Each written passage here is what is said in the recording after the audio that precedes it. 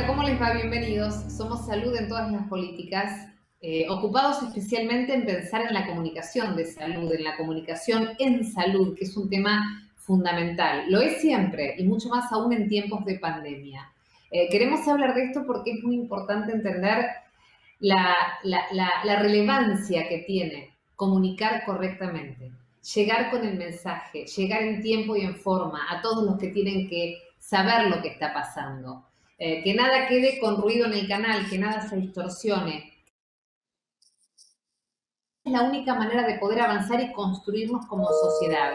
Eso también nos hace de otra manera ciudadanos, partícipes y además elementos necesarios en la construcción de lo que nos pasa en materia de comunicación. Si no, corremos el riesgo de mala información, de distorsiones, y todo eso también tiene un impacto en la salud física, en la salud emocional, lo hemos hablado muchas veces. En un ratito, una de las integrantes de Fundación Huésped, que es una organización referente en materia de comunicación, sobre todo de temas complejos, nos va a ayudar a entender la importancia de poder comunicar en salud. Y antes, un placer como siempre, nuestro tiempito del lado B con el doctor Gabriel Barbagalo. Gaby, bienvenido como siempre, un gran placer. El miedo es el tema, ¿causa o consecuencia? Gaby. Hola Milva, ¿cómo estás? Buenas tardes. Sí, el miedo, vos sabés que yo te escuchaba atentamente y, y recordaba una vieja leyenda que cuenta que un rey en Bagdad, un rey en la época antigua, un día caminando por su reino se encuentra con la peste. Justo estamos acá en época de pandemia y en esa época, digamos, metafóricamente, ese rey se encuentra con la peste y al preguntarle a qué venía la peste a su reino, la peste le dice que venía a cobrarse 5.000 vidas. Tiempo después, una vez superada esa peste, se vuelven a encontrar y el rey enfadado le reprocha que en vez de 5.000 habían muerto 15.000 personas. Y la peste le responde que ella realmente había llevado a la muerte a 5.000 personas, pero que al resto lo había llevado el miedo.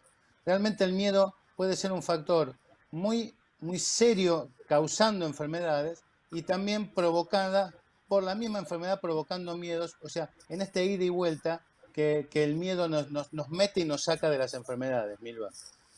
Definitivamente, Gabriel, el miedo puede impactar mucho en la salud, puede ser realmente un elemento Sí, desencadenante. sí, vos sabés que el miedo puede ser causa o puede ser consecuencia, como te decía. En la época que yo estudiaba en medicina, se estudiaba el síndrome general de adaptación, que son los pasos que el organismo tiene para defenderse ante estas situaciones de estrés, primero con los sistemas de alerta, luego con los mecanismos de resistencia, para no llegar en la última etapa que es el agotamiento, y que en esta época esos cuadros de agotamiento provocados por el miedo se los conoce como ataque de pánico que es de aparición brusca, con palpitaciones, sofocos, náuseas, dolor de pecho, pérdida de control. Realmente el miedo puede causar ese tipo de alteraciones, pero también puede ser a la inversa, puede ser que el miedo termine provocando situaciones o ser provocado por situaciones relacionadas principalmente por la información. Las personas que están sobreinformadas, eh, o que utilicen informaciones falsas o con alta presión, tanto con psíquica intensa, realmente pueden ser provocadas o generar este miedo que termina generando algún tipo de enfermedad y que se suma a toda la tragedia que la pandemia nos está llevando. Porque el miedo paraliza, agobia, obnubila, pero por sobre todas las cosas recluta voluntades y eso también lo tenemos que tener en cuenta, Milva. Gabriel, como médico te lo pregunto, algunos consejos, algunas pautas ante este escenario que todos planteamos, ¿no?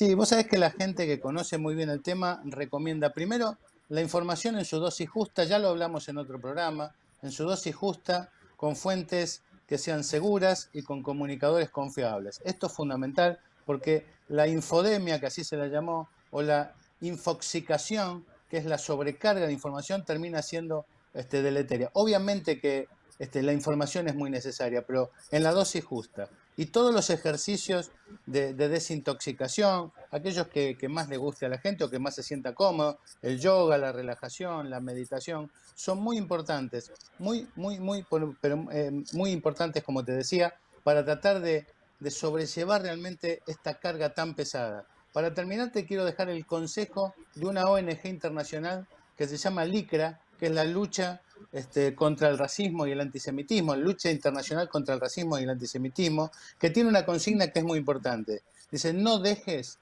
que el miedo nos paralice y nos divida, porque realmente muchas cosas de las que estamos viendo y que son consecuencias, en este caso, del miedo, son la división, la parálisis y el agobio que las personas, además del problema de la pandemia, se le está sumando, Milva. Gracias, Gaby, como siempre, por ayudarnos a pensar. Nos quedamos con tu columna y te invito a que te quedes, porque tenemos un par de temas que te van a interesar un montón. Gracias, Gaby. Me quedo, nos vemos la próxima y me quedo a escuchar a nuestra invitada. Gracias. En un minuto nada más vamos a hablar con la licenciada Débora Fiore de Fundación Huésped. No te lo pierdas porque es súper importante lo que nos va a contar. Pero antes quería hacerte una mención muy breve. Seguramente o tal vez los usás o tal vez los has visto en la calle que mucha gente los utiliza porque llaman especialmente la atención por el diseño que tienen estos barbijos que aparecieron, que son los llamados barbijos del CONICET. Todo el mundo los conoce de esa manera, pero se llaman Atom Protex en realidad.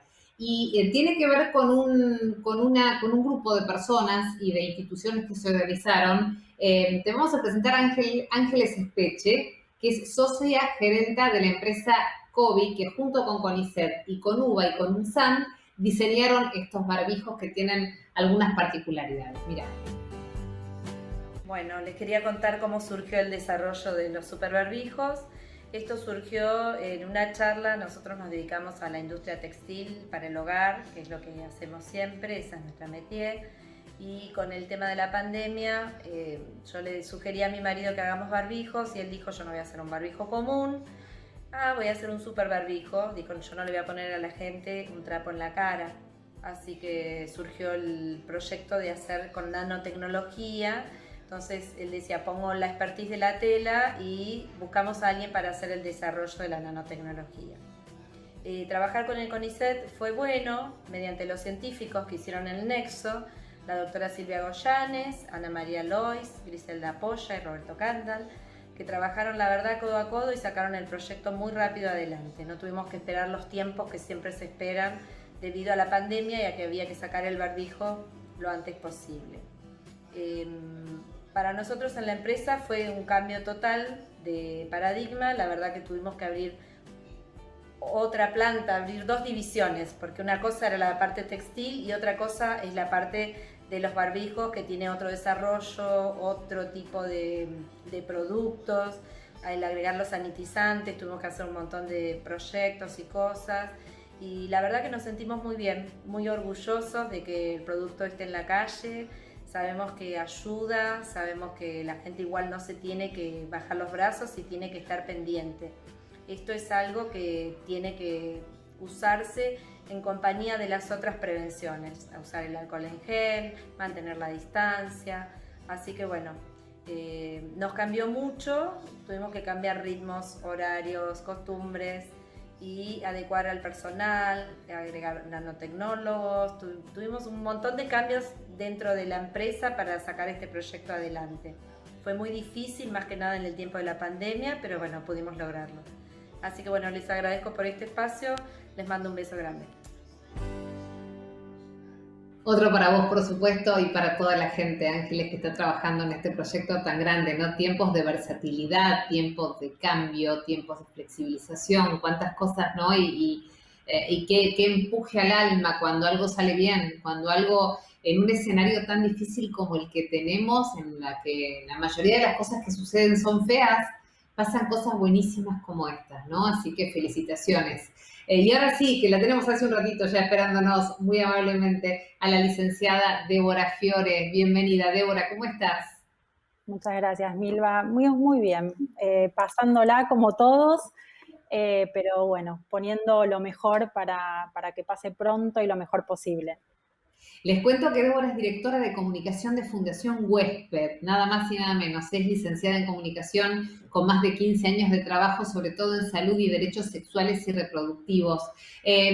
Débora, para nosotros, Fundación Huésped es una gran referencia de un montón de cosas. Y en este aspecto, en el programa de hoy, desde el abordaje en comunicación, han sido siempre ejemplares. porque les ha tocado hablar de temas muy difíciles cuando todavía casi eran temas tabúes, temas prohibidos, y ustedes encontraron la manera de humanizarlos y de llegar con un mensaje claro y de convertirse en un referente absoluto de lo que dicen es como es, punto, no hay discusión. Lograr eso en comunicación es algo enorme, es haber hecho las cosas bien. Por eso queremos hablar con ustedes para preguntarte, a ver, ¿cómo estamos viviendo la comunicación en estos tiempos de pandemia? ¿Cómo lo ven ustedes desde la Fundación Huésped? Bueno, en principio te agradezco mucho tus palabras. La verdad es que desde los inicios de la Fundación la comunicación fue uno de los pilares, incluso cuando todavía no se era consciente de que era uno de los pilares a llevar adelante. O sea, Fundación Huésped nació hace más de 35 años en un momento bastante excepcional, parecido en algunos aspectos con los que estamos viviendo ahora, donde aparecía una enfermedad nueva, novedosa, donde había poca información, una enfermedad también muy estigmatizada y muy discriminada, también como a principios de esta pandemia, donde hemos tenido que sufrir estigma y discriminación, incluso hacia los trabajadores de la salud. No olvidemos los carteles en los ascensores donde Sí. pedían a los trabajadores de la salud que no, digamos, que no vivieran en ese momento. Se puede hacer una analogía con lo que fue el inicio del VIH, también con los trabajadores de la salud, muchos de los cuales eran parte de Fundación Huésped, a los cuales se los llamaba en ese momento la patota rosa. Entonces, sí, ya desde ese momento se entendió que era muy importante ser claro, ser transparente, ser conciso y sobre todo ser llano con la información y con cómo se comunicaba esa información. Muchas veces la comunicación en salud tiene el desafío de traducir términos y conceptos y datos que muchas veces no son fácilmente accesibles para el común de la población, y muchas veces nuestro desafío tiene que ver con eso, con volver a ser accesible información muchas veces, digamos, de alguna manera compleja, para que la población pueda hacerse de esa información y tomar decisiones en relación a su propia salud de manera informada y empoderada. Y en tiempos de pandemia, donde justamente lo que pasa, y en tiempos de crisis, donde lo que pasa es una sobreabundancia de información, producto también justamente un poco de lo que hablábamos antes, del miedo, a veces el desafío tiene que ver con eso, con poder separar y poder poner las cosas en su lugar, porque muchas veces el miedo paraliza, pero también el miedo es una señal de alerta. Entonces, la fina línea entre provocar miedo, que es algo con lo cual no estamos de acuerdo, pero sí generar una alerta y decir, estas son las consecuencias de ciertas actitudes, ese es el gran desafío que tenemos los que comunicamos en salud. Es que es muy buena la definición, Débora, es muy clara la definición y el término. Miedo es una cosa, alerta es otra. El alerta tiene que ver con un llamado de atención. Hey, está pasando esto que es grave, que es preocupante, tenemos que saberlo y tenemos que actuar en consecuencia. Y el miedo lo que hace es darnos terror, paralizarnos, psicopatearnos, como se dice vulgarmente, quedarnos inmovilizados y hasta tal vez tener alguna acción que sea contraproducente. Es exactamente lo opuesto. Y a esto yo sumaría, Débora, a ver vos qué opinión tenés, que seguramente lo han evaluado, cuando la información no llega en tiempo y en forma a todo el mundo. Para que sea efectiva, como ya dijimos, tiene que ser clara, tiene que ser bien llana, tiene que ser un mensaje absolutamente que comprenda toda la gente, pero tiene que llegar. Tengo la sensación que además de todo, de las falsas noticias y demás, asistimos a momentos en los cuales la información no le llega a todo el mundo. No se comunica bien, en tiempo y en forma, como se dice, ¿no? Bueno, eso es uno de los grandes desafíos, yo creo también. Yo me acuerdo a principios de la pandemia, ya hace un año, uno de los primeros, de las primeras piezas de comunicación que desarrollamos en la Fundación fue un diagrama de flujo dibujado en un papel donde de verdad que estuvimos una hora o más de una hora pensando cómo explicar qué había que hacer y qué no. Y fue un diagrama de flujo escrito sobre un papel explicando en ese momento, digamos, las personas que conducían el virus eran las que venían del exterior. Entonces, si estuve en contacto con una persona que vino del exterior, ¿qué tengo que hacer? Si no estuve en contacto, ¿qué tengo que hacer? Y traducir toda esa masa de información en un diagrama de flujo que le sacamos una foto y la difundimos en redes sociales y se hizo súper viral. Mirá la necesidad de información clara y efectiva, que simplemente eso fue lo que generó que se multiplicara un montón esa información. Entonces, sí, claramente era el momento y había que hacerlo en ese momento. Yo creo que las redes sociales, en ese sentido, son una gran herramienta porque te proveen de esa inmediatez que vos decías, de que tiene que ser en tiempo y forma, los medios de comunicación también, pero también hay que tener en cuenta, digamos, quién le habla y a quién, los públicos a quienes les hablamos. No es lo mismo hablarle a los jóvenes que a los adultos mayores. Entonces, también buscar emisores o buscar quiénes son los referentes y la forma de hablarle a esos públicos también tiene que ser segmentada y también tiene que ser diferente. ¿Qué se le dice? ¿Quién se lo dice? ¿Por qué canales se lo dice? ¿Y cómo se lo dice? Vos sabés, Débora, que también en esta situación en la que nos encontramos, a los medios de comunicación nos pasa algo. Muchas veces no tenemos los elementos para informar correctamente. Nos falta a nosotros información sobre determinadas situaciones o decisiones. Y nos imaginamos cómo impactará esto en la sociedad y en los ciudadanos, porque resulta que el ciudadano es sujeto de derecho de recibir información certera, concisa, precisa y a tiempo.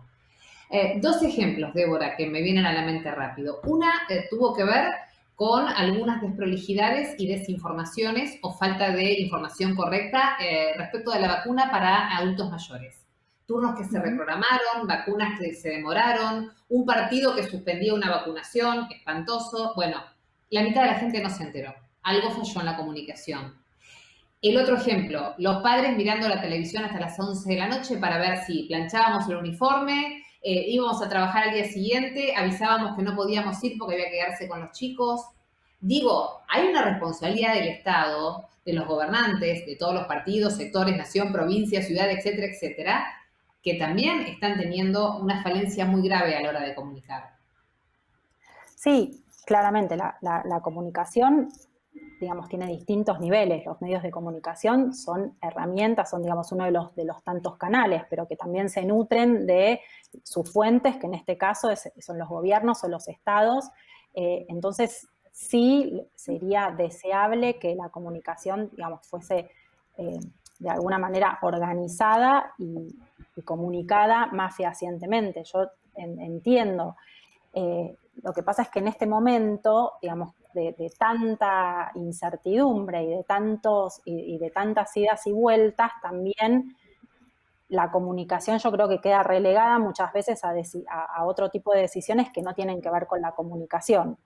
Yo a mí la sensación que me da en este momento es que debería tener un papel más importante cómo y cuándo se comunica, sobre todo teniendo en cuenta el impacto que digamos, que las medidas y la forma en que esas medidas se comunican va a tener en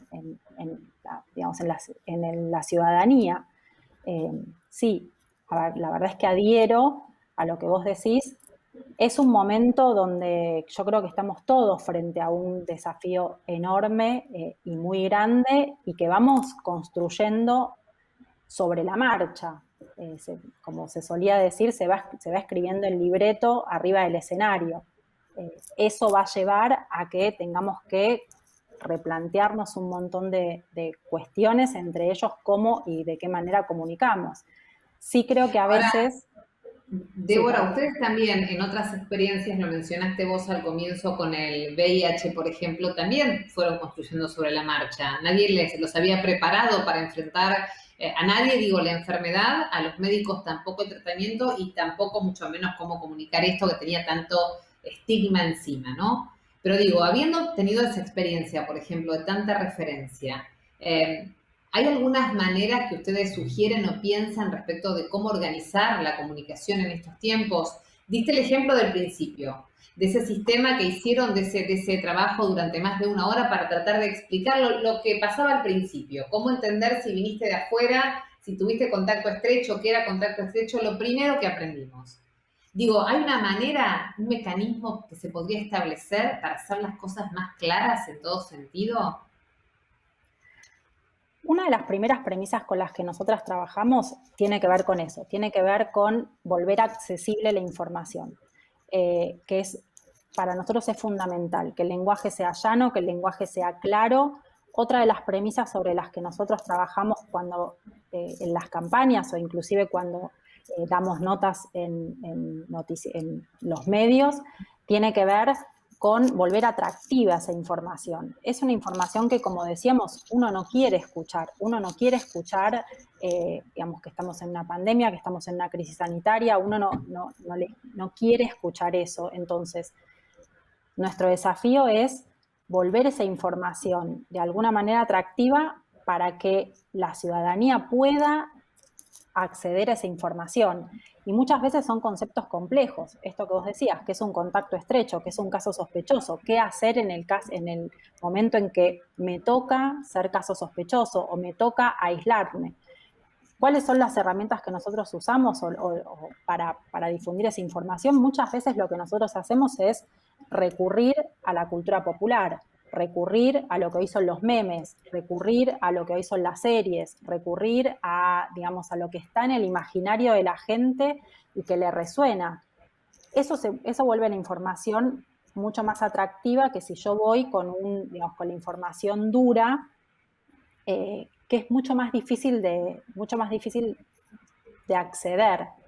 Entonces, si vos me preguntás... Escuchar, uno hasta inconscientemente, Débora, lo decías vos recién, no quiere escuchar. Y tal vez un mensaje dicho más simple, más conciso, menos duro, aunque no por eso real, ¿no? Menos real, todo lo contrario, hace que uno lo pueda asimilar mejor, más cortito, más simple, que te aparece en cualquier lado, en cualquier momento, pero que no por eso pierde rigurosidad, ¿no? Sí, y otra de las estrategias que nosotros usamos muchas veces es el humor. Y como vos decís, Claro, a veces se supone que si uno utiliza el humor como estrategia discursiva, eso desacredita el mensaje. Y yo creo que no. Yo creo que el humor muchas veces es lo que puede superar ciertas barreras de estas que decíamos, de lo que uno ya no quiere escuchar, y hace que el mensaje llegue de manera más efectiva. Siempre teniendo en cuenta y sin desconocer la seriedad que el tema tiene y la importancia que el tema tiene. Pero como estrategia discursiva, insisto, la cultura popular es muy, muy asertiva. Uno se reconoce en el personaje de la serie que le gustaba y eso tiene una reminiscencia con algún momento o digamos, algún momento en la memoria más placentero que hace que un mensaje que tiene que ver con qué hacer si convivo con una persona COVID positivo, bueno, llegue de la mano de un personaje reconocido, de un personaje querible. Claro. Creo que muchas veces, y sobre todo en estos momentos de tanta información y de sobreinformación, y en un momento en donde la información es tan efímera porque en las redes sociales uno consume y tiene tantos estímulos permanentes, que también nosotros tenemos que pensar que con la información que nosotros queremos transmitir estamos compitiendo con un estímulo que es mucho más atractivo que digamos, que información, en este caso, sobre coronavirus. Entonces, tenemos que volver atractivo nuestro mensaje sobre coronavirus también. Y al mismo tiempo que es atractivo, tiene que ser asertivo, tiene que ser, como vos decías, simple, un solo mensaje. Algo que un error que solemos cometer muchas veces es, en una sola pieza de comunicación queremos aprovechar para decir todo al mismo tiempo, todo junto y todo al mismo tiempo. Y nosotros solemos decir, bueno, si todos gritan, nadie grita. Es un mensaje, es una idea, es, digamos, una sola cosa. Ya tendremos oportunidad de profundizar. Pero Débora, gracias por tu tiempo. Muchísimas gracias porque realmente nos ayuda mucho a pensar esto y a construirnos también desde lo comunicacional. Seguramente vamos a volver a charlar. Gracias por tu tiempo. Un abrazo grande. Al contrario, muchas gracias. Gracias a vos. La licenciada Débora Fiore, ¿no? De Fundación Huésped, hablando de la importancia de comunicar bien, en tiempo y en forma. Estamos transcurriendo otra semana muy difícil. No quiero hablar desde el miedo. Dedicamos nuestro programa a decir que no es cuestión de miedo, es cuestión de alerta, es cuestión de conciencia. Sigo sin todavía poder comprender qué le pasa a esa parte de la sociedad, de la gente que no entiende que de verdad estamos en un momento complicado en serio, que de verdad nos estamos quedando sin camas para COVID, pero ¿sabes qué? Si te quebras la pierna, tampoco vas a tener donde te atiendan, ni dónde te van a poder asistir, ni dónde te van a poder dejar ni siquiera en una guardia. Está pasando esto. A quienes todavía no entendieron que no podemos reunirnos, juntarnos, hacer fiestas clandestinas, y a mí no me importa nada, yo no sé, digo, si realmente creen que no les va a pasar, que estén tan seguros de que no se van a enfermar o que no se va a enfermar la gente que más quieren y que no van a necesitar camas. Hay una parte que todavía no logro entender, que tiene que ver con la falta de empatía con el otro, de respeto, de reconocimiento, de creernos invencibles, y resulta que no lo somos.